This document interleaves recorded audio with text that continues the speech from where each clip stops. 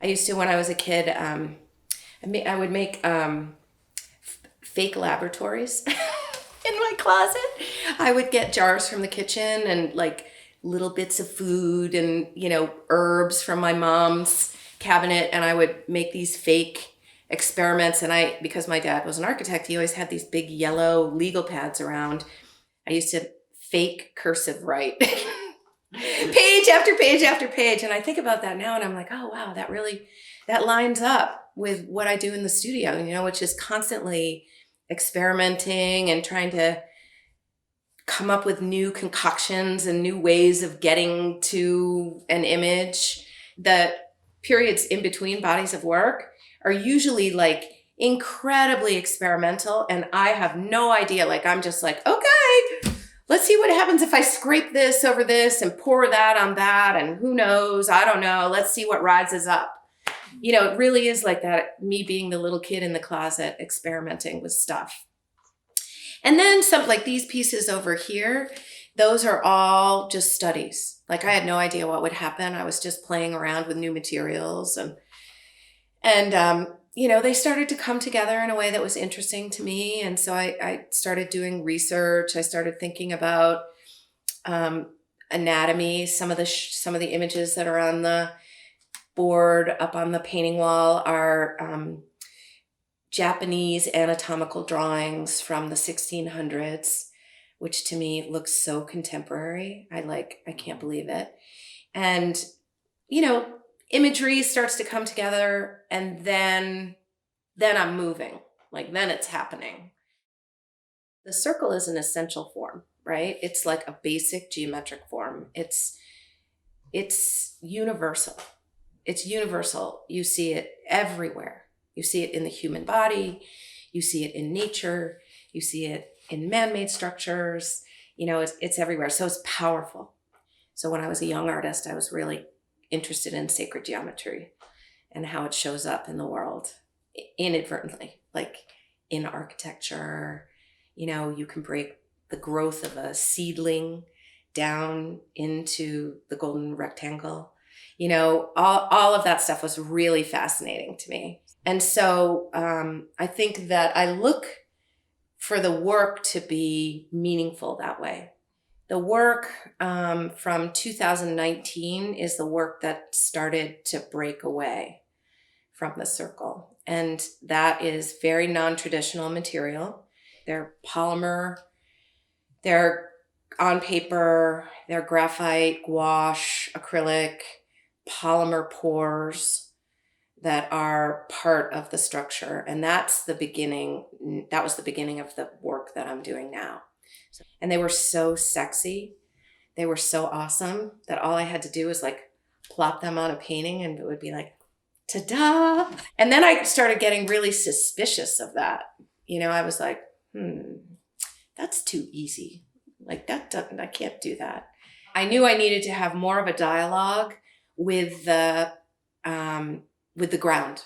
Like, it had to be the pour, the chunk, the density had to have more of a relationship with the ground. So I started thinking about that ground as architectural structure, as a kind of structure that would support the polymer. And so all of those structures begin with a circle. I garden too. And I find my I think my gardens are not organized at all. They're totally intuitive. And like, I'm the kind of gardener who's like, I want orange over here, and I kind of pull things up and move them around like I paint. And so that, when I was going through a really difficult period with my work, the garden helped me understand, like, it's not that big a deal, like, just freaking change it, pick it up, move it over, do this, do something with it somewhere.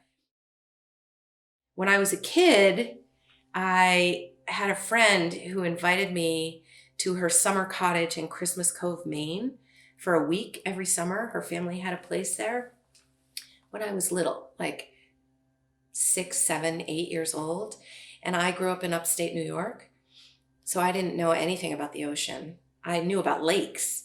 We went to lakes, but I didn't know anything about the ocean. Never been to the ocean. My parents never went to the sea.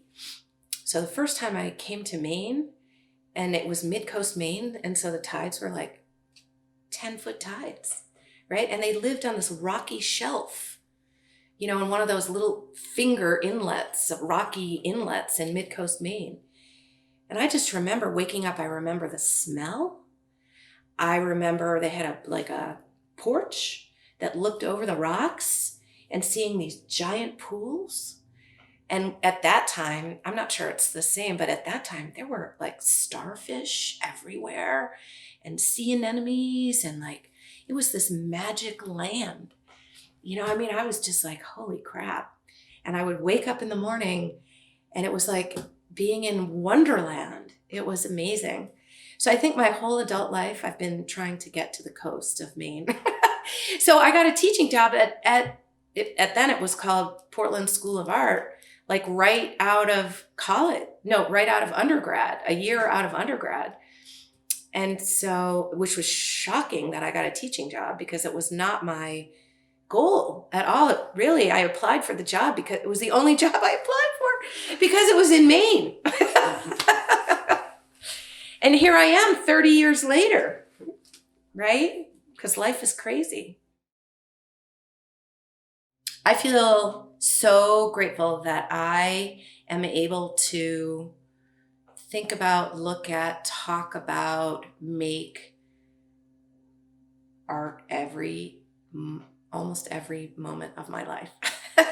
You know, like my whole life has been grounded in making work. And I consider teaching part of my practice, part of my artistic practice. Every choice that you make leads you in a particular direction. And so, and happily, you are in charge of your choices. If nothing else in your life, you are in charge of your choices. And so if you want to have a life making art, start making your choices now. Like, do you do your best work in the morning, or do you do your best work in the afternoon? Do you do your best work late at night? You can make a choice about a job based on that. What kind of space do you need to make your work? Can you work in your bedroom? Do you make the kind of work where you can make your work in your bedroom? Or do you need to work with other artists in a communal building? Like, do you work in isolation, or do you need other people? So you can make choices around that. You can make choices about where you want to live. Do you want to live in an urban environment, or do you want to live in a rural environment? All of these choices are leading you, like they may start this wide, right? You may have 100 choices that you have to make. But if you are making choices with a particular goal in mind, those choices are going to start to concentrate. And then you're going to be in a place that you chose.